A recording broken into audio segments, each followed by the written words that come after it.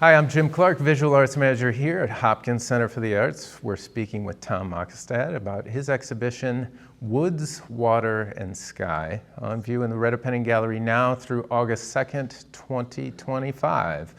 Tom, welcome. Thank you, Jim. This is such a pleasure to be in this room. I remember when I first saw it and it was empty, it seemed so big. So I spent a year trying to figure out how I was going to fill it. And it turns out that I had quite a few pieces in the show that were so big that I'd never seen them all together. And this room gave me an opportunity to just see what this collection looked like in a beautiful space like this. And I want to thank Jim and the Art Center and the staff for the way that they've professionally managed the show. I mean, it's not often that we get to work with such a team. Very kind. Yeah. Very kind. Thank you. And I want to dig into that a little bit because you've been painting a long time. Yeah. And I didn't mean it that way. Right? In admiration and respect. And to hear that you don't have many opportunities to see particularly the large works in concert is significant. So I feel very fortunate that we were able to provide that opportunity. You've been showing at Groveland since 1995. 1995. Yeah. And so we have done, I probably have done 15 one-person shows, and the way that they organize it is based on, a couple rooms worth of work, and I'll usually be paired with another artist. But that's kind of the tradition with the galleries. Maybe every year, every other year, you'll have a major show, and that gives you enough time to take care of commissions that evolved from the current show, and then catch up on other things that you're working on, and then start on the next show. So it's been a good pace. Before the Groveland, I was with Suzanne Cohen Gallery, and she had two spaces when I was with her, one over on St. Paul, Grand Avenue, and then a big space at the International Design Center, down in the North Loop, which sold a lot of Scandinavian furniture. But the benefit of that space was kind of like this. They had huge walls, and so I did a lot of larger work there. But the Groveland has just been a wonderful relationship for me, and I think having a steady kind of base of support like that is crucial for an artist, and I've been just fortunate to have that affiliation. A Twin Cities institution. Yeah, for sure. I think we just celebrated 60th anniversary, so that goes back into the 70s. So the work that you have displayed here spans kind of multiple series and time periods too. How far back does it go?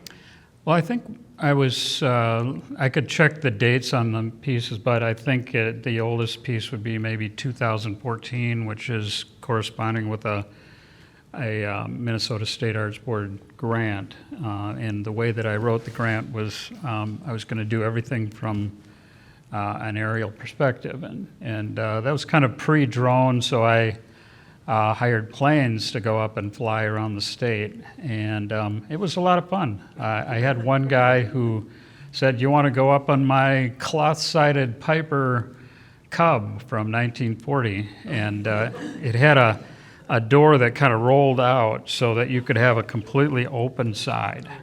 And of course, I'm strapped in.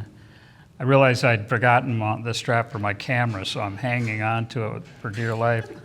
But I would say, "Can you roll headsets?" And we would go like that, and I'd be looking straight down at my landscape. And I realized at that point, I think I could be a skydiver, because I really wanted to just jump. I wanted that feeling of flying. Wow. But it was fun.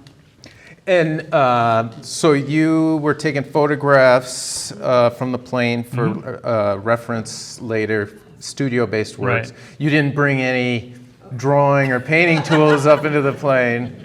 You know, at 200 miles an hour, it's a little hard to get a beat on something, but Yeah. I was telling you earlier, I had an article written about the show in Plein Air magazine, and the writer Bob Barr spun the title to say, Artist Works Plein Air, and it was Plane.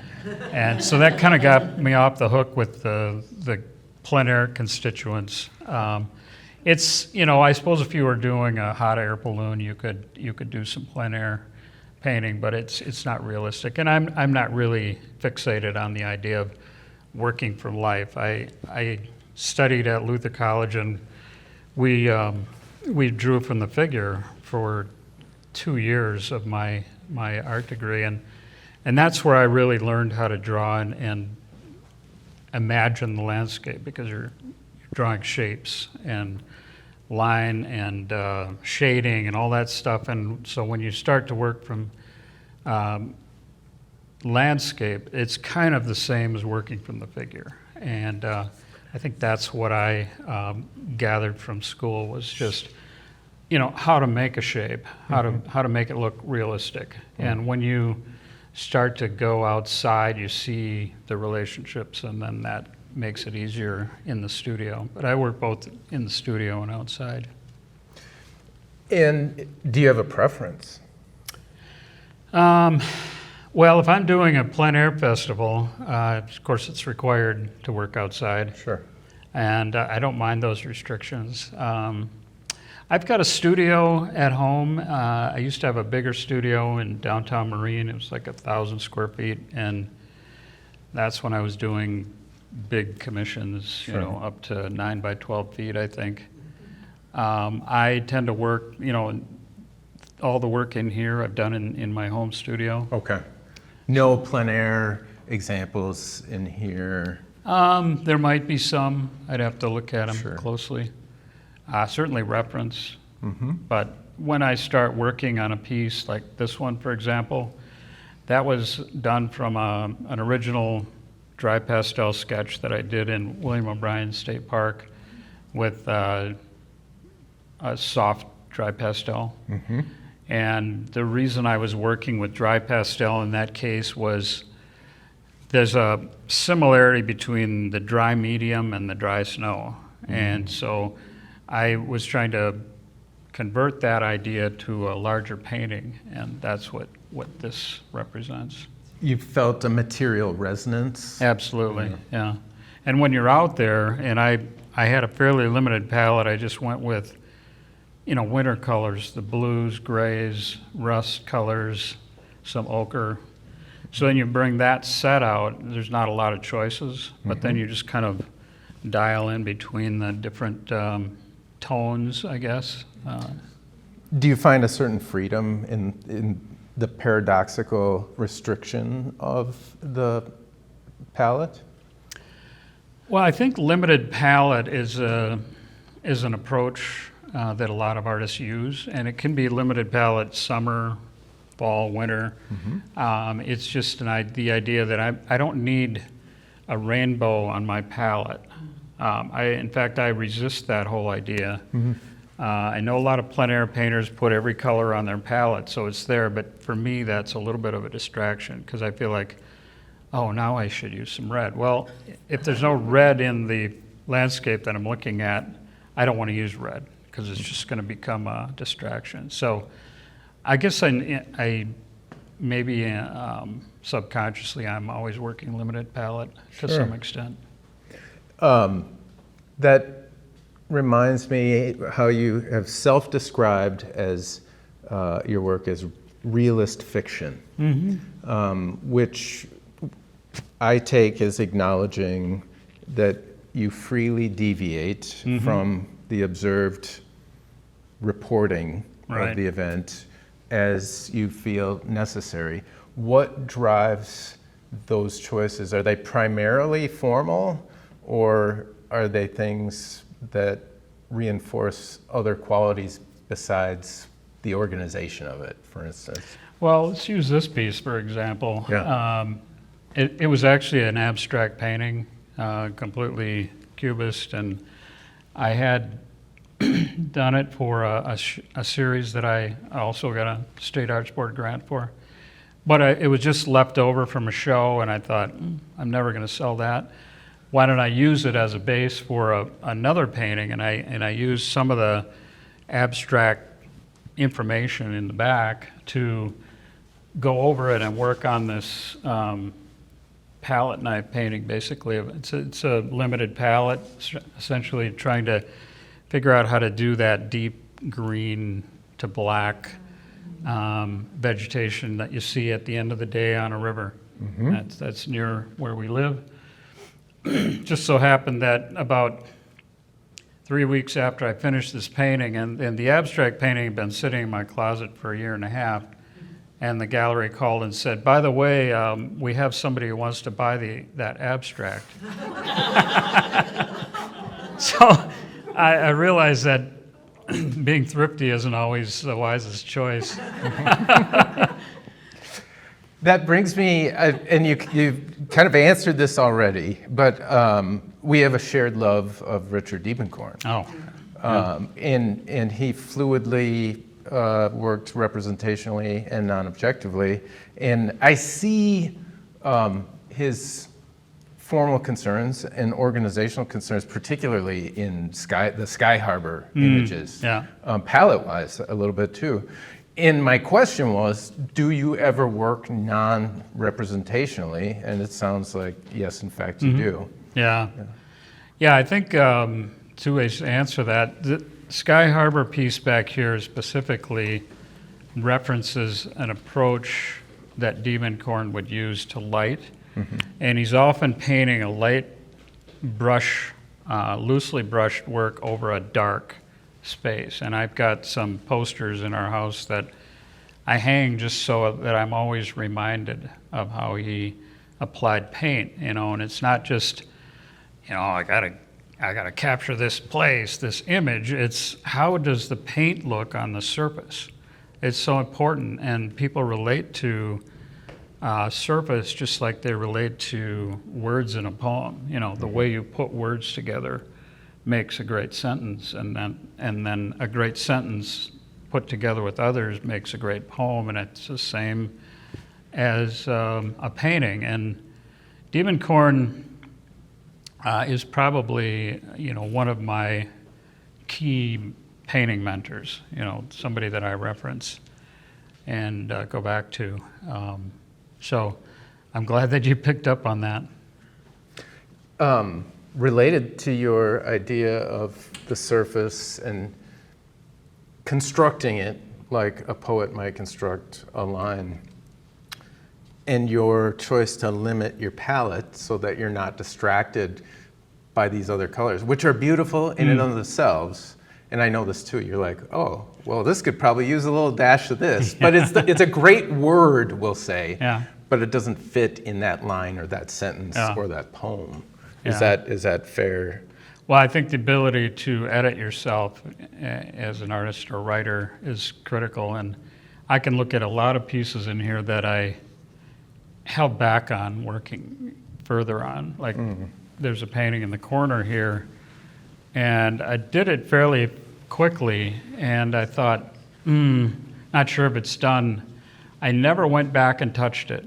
That was the first application of paint, and I feel like I would have maybe changed it or damaged it if I had done any more work. I also work from when you're thinking of these Sky Harbor pieces, that's the airport across from Superior, Wisconsin. It's on a little strip of land coming off of Canal Park. There's my key concept with that piece was complementary colors. Your blue, orange, applied in the right balance is sort of, I always say my wife's a great cook, and she knows how to put the spice in at the right amount so that it doesn't, overwhelm your senses. So in a sense, the complementary color to a blue is the orange, and you don't want to use too much, otherwise it doesn't work. Mm-hmm. So there's that true balance, and there was an artist in town, Jerry Rudquist, who gave these famous color lectures. He taught at Macalester College, and the last lecture he gave was at the Groveland Gallery, and he went all the way into how many cones you have in your eyes and how many cones of blue receptors you have versus the orange receptors, and it's a real mathematical formula, and it's why we appreciate that balance of color. And that's about all I can say on that. Just reached my ceiling. Tom, is your process fairly stable? Does it look the same, feel the same from piece to piece, or do you have differing methodologies? And do you ever work from drawings to start? You know, I used to do a lot of drawing, and now I use the drawing process to work out the composition on the surface. So I won't do a lot of extraneous unless I'm out in the field and I don't have any other.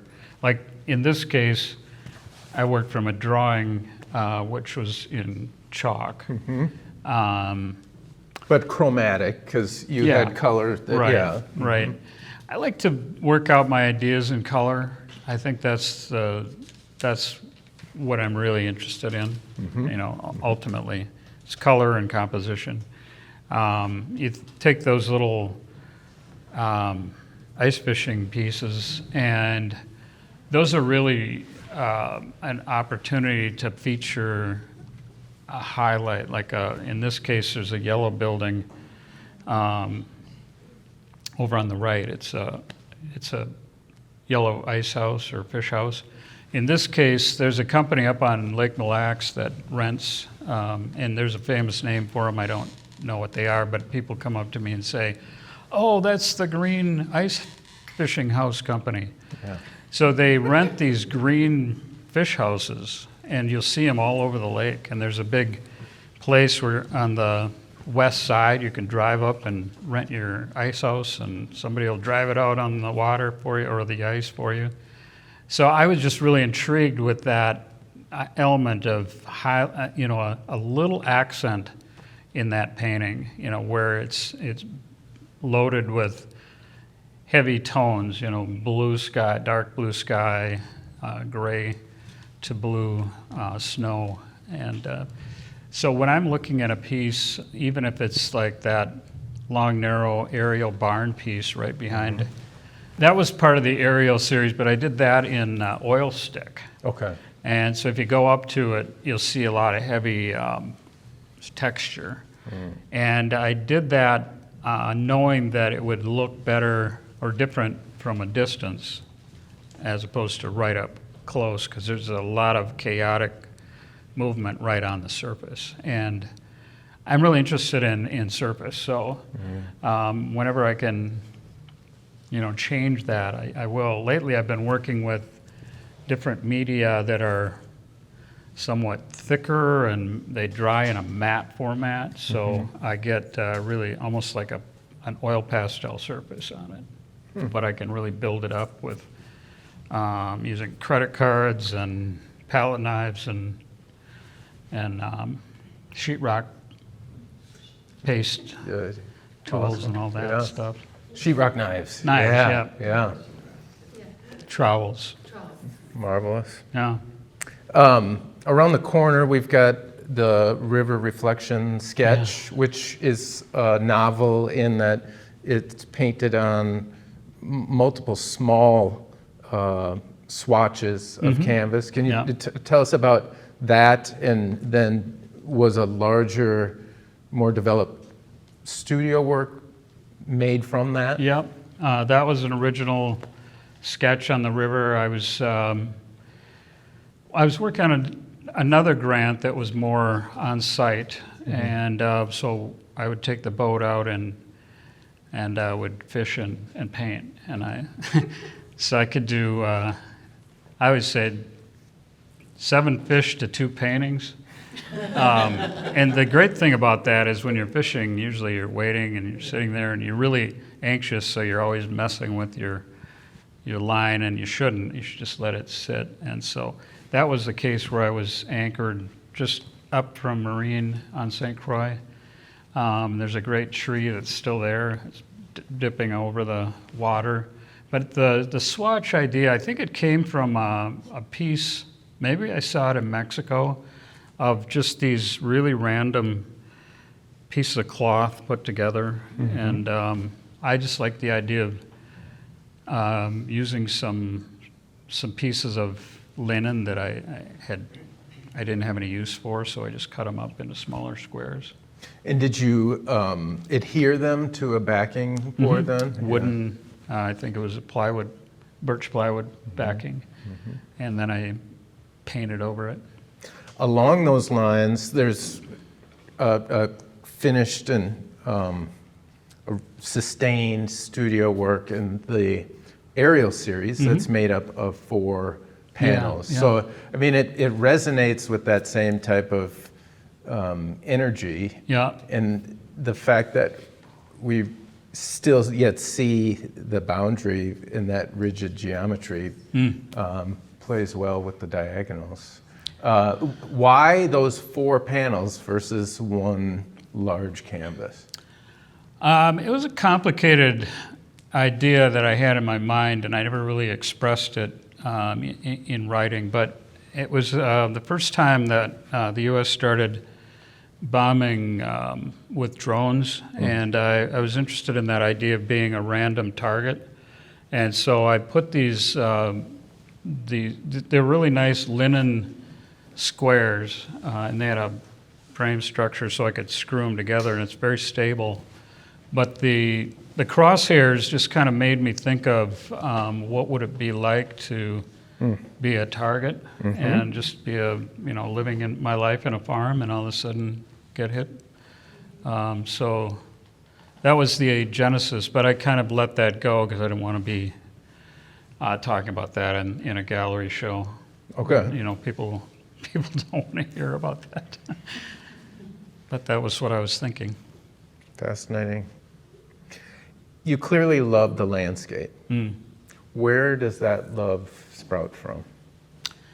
Well, it's actually where I was born in it's called Nerstrand, Minnesota. I was born in Northfield Hospital, but grew up on the farm in Nerstrand. We had that farm for 70 years, it was 85 acres. My dad taught at St. Olaf. He taught art at St. Olaf, so he wanted his studio in the country, and he thought that way he wouldn't have as many visitors. But somehow we managed to have people on our porch almost every weekend. It was in the middle of the country, a beautiful rolling hillside, valleys, and that's where I grew up and really connected with the landscape. And a lot of my subject matter is still from that area. Did you learn a lot from your father growing up, or did you kind of push back on? I think it was substantial what I did learn from him, but I would say it was more by osmosis than direct impact. He was constantly producing shows, and so I saw that process and then moving them out of the studio. Sometimes he would hang them upstairs in our house. He had a big studio in the basement with north light, and so you just got used to that process. And I think, if I were to compare myself as a painter and someone who always wanted to write books, it's just that I don't know how to write a book. I was an English major and art major, but I have no idea how to produce one. Whereas I saw him do it every day, and it's like, that's not hard. He did pull us in, and we learned how to use chisel and mallet as kids, Okay. and so we were always carving. And eventually, he had a lot of large wood sculpture commissions, and that we helped him with. So, as high school, college kids, we did a lot of that. I know your brother is also an artist. Yeah, I have two brothers that are in the arts. One taught sculpture down in Arkansas, Okay. and he's retired. And another brother lives nearby here, who's a potter, Yeah. and he's been involved with the Hopkins West tour. Yeah. That's So he's always been a potter ever since he was in junior high, John. wow. Yeah. Did you did you always know that you would be an artist? Did you always know you would paint? No, I mean, like I said, I was always, I would say always an artist, but I never thought I could draw or paint. My dad was kind of a natural, and so what I didn't realize about him is that he had gone to college and learned how to draw and paint in college, and I hadn't done that. So I assumed that it was innate. But then when I went to college and took a drawing class, I realized, oh, I can learn how to do this. And so then it just became a process of going through all the media and figuring it out. I mean, there's some media that are harder than others, like oil painting, I would say. Took me 20 years to really understand, to the point where I could do something that looked like a dry pastel. You know, it didn't just happen.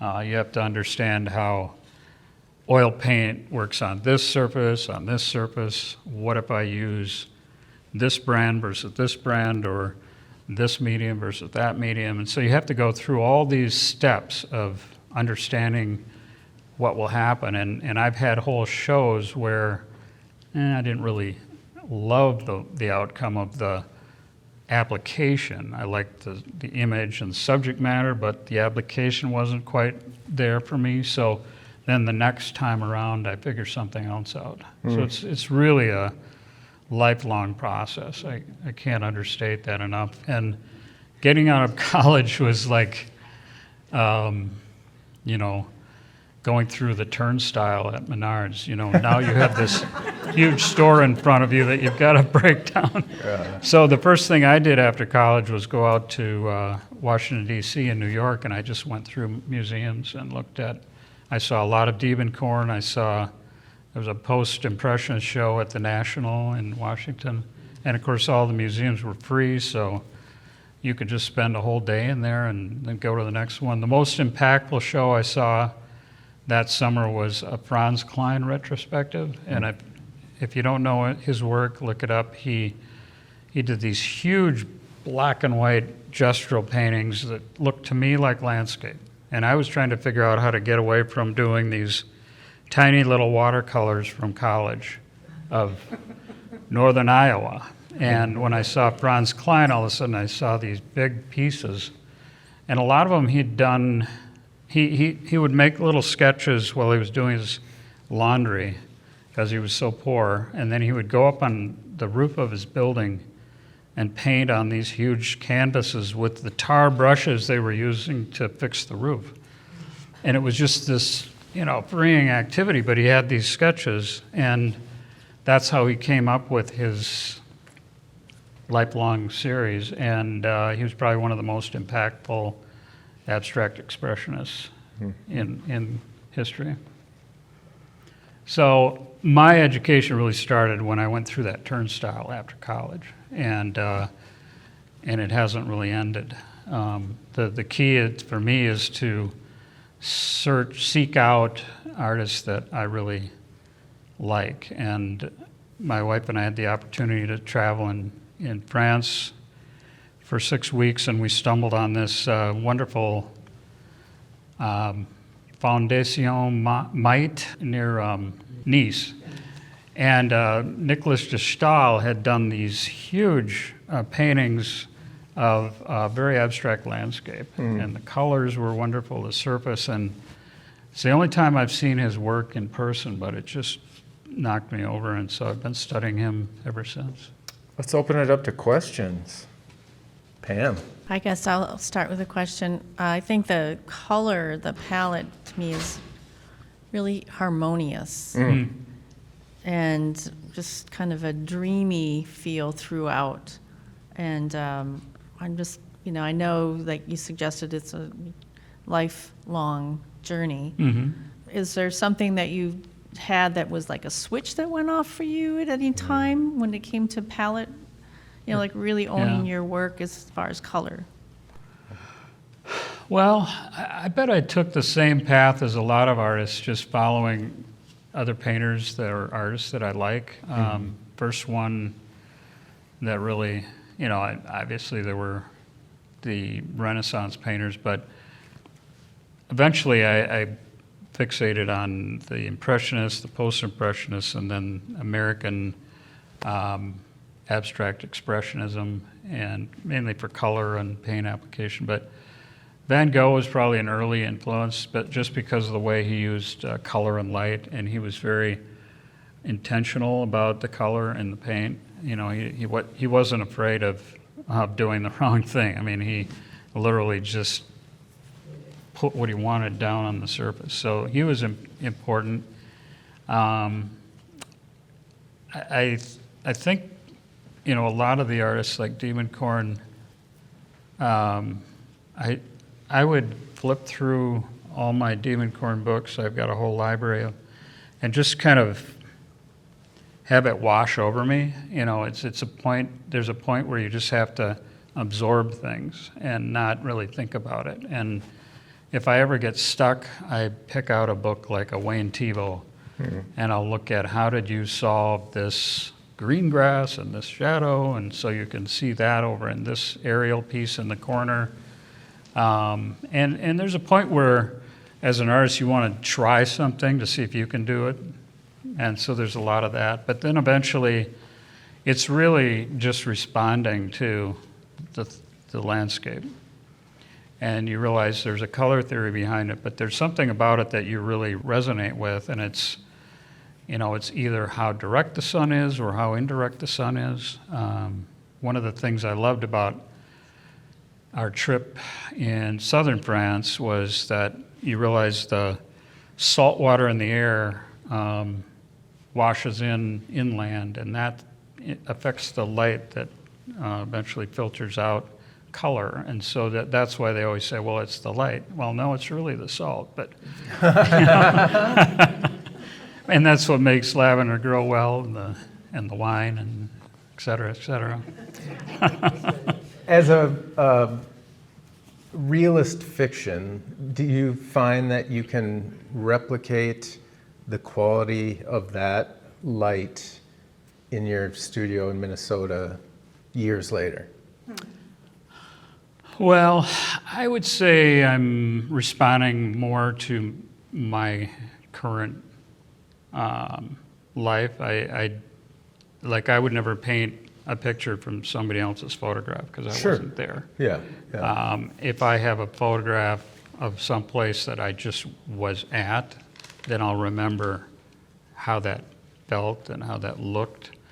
And when I'm painting a piece, I want to put myself in that space, and so that you can see what I'm feeling. It's sort of a way of transmitting emotion. Hopefully it is. And a lot of times if the piece isn't doing that, it ends up being reused, in a different form. How far back would you ever go? Or are you always kind of in the moment? As far as, I've got some references I took here, and this is striking me now, even though it might have been 20 years ago. Or are you pretty much, in the contemporary space, that this is something that you just were inspired by? There's some exceptions. I'm working with a gallery up in Door County now, and we used to go up every summer. I was in Edgewood Orchard Gallery, which is a great gallery. Then I went to Fine Line just to try something else.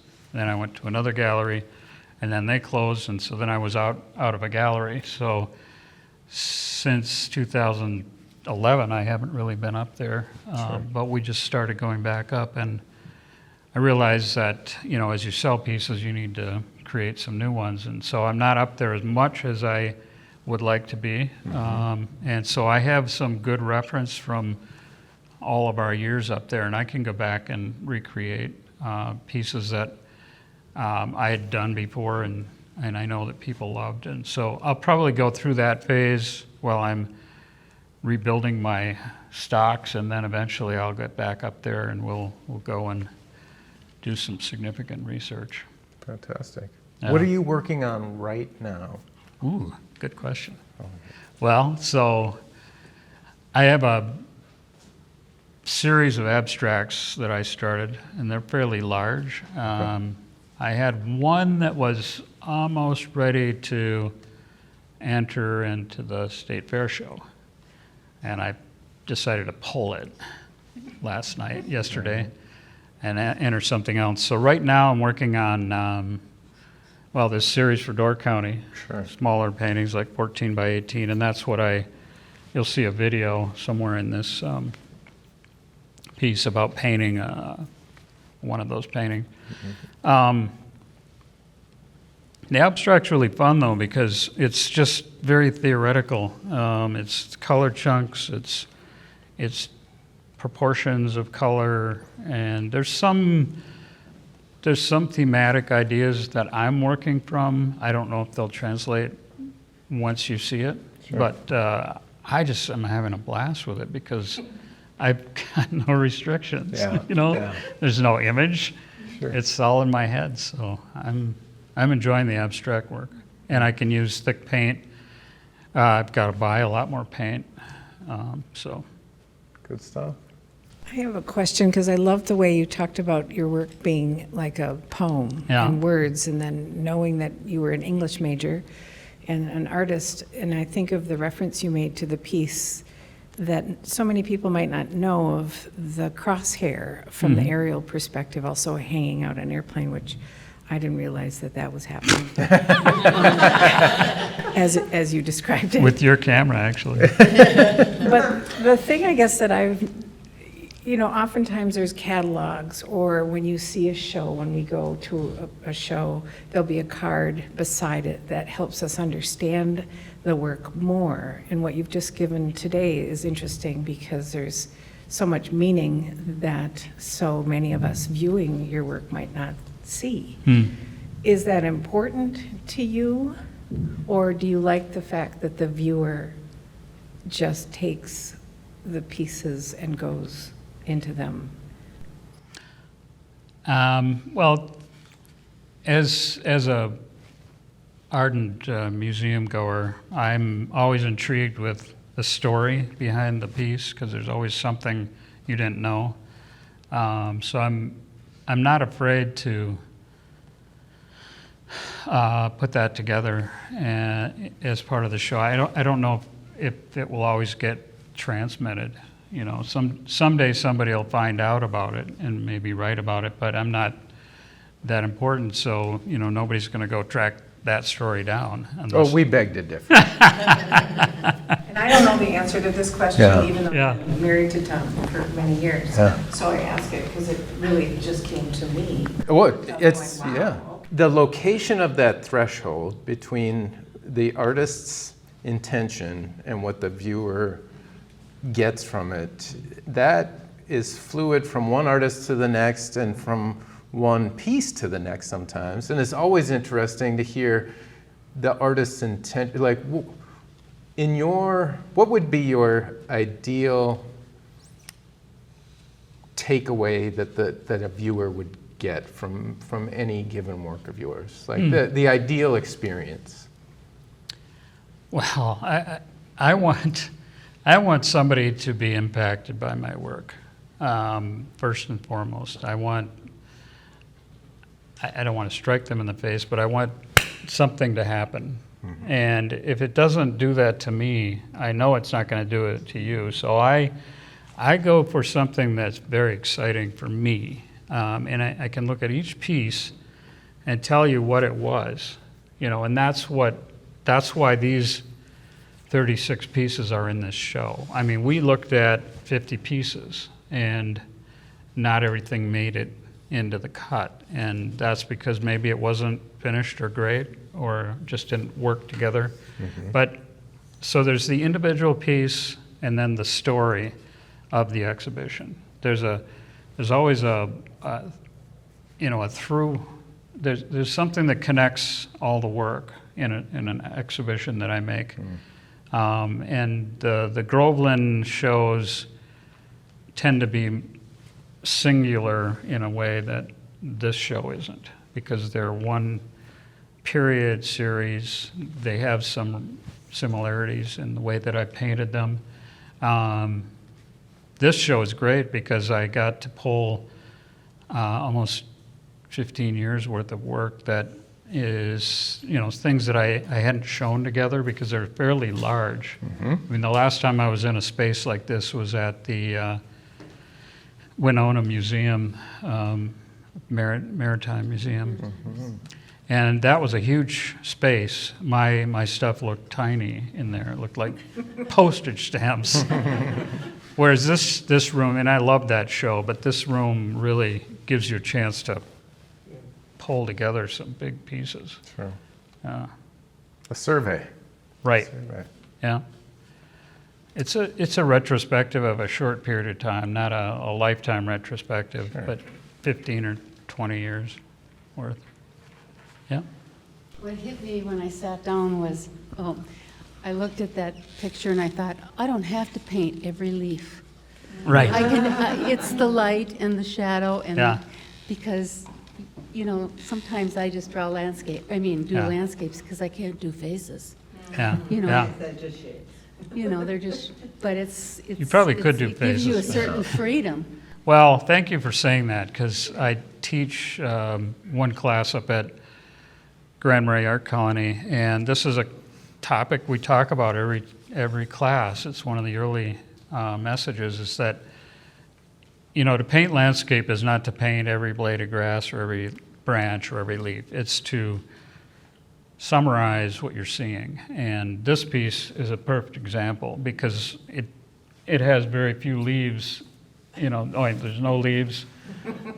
There's a shape of a tree here that's somewhat fleshed out, and the reason is it bores me silly to think I have to paint all that stuff. So I don't paint anything I don't want to paint, and anything that's not interesting to me as a process, I don't do.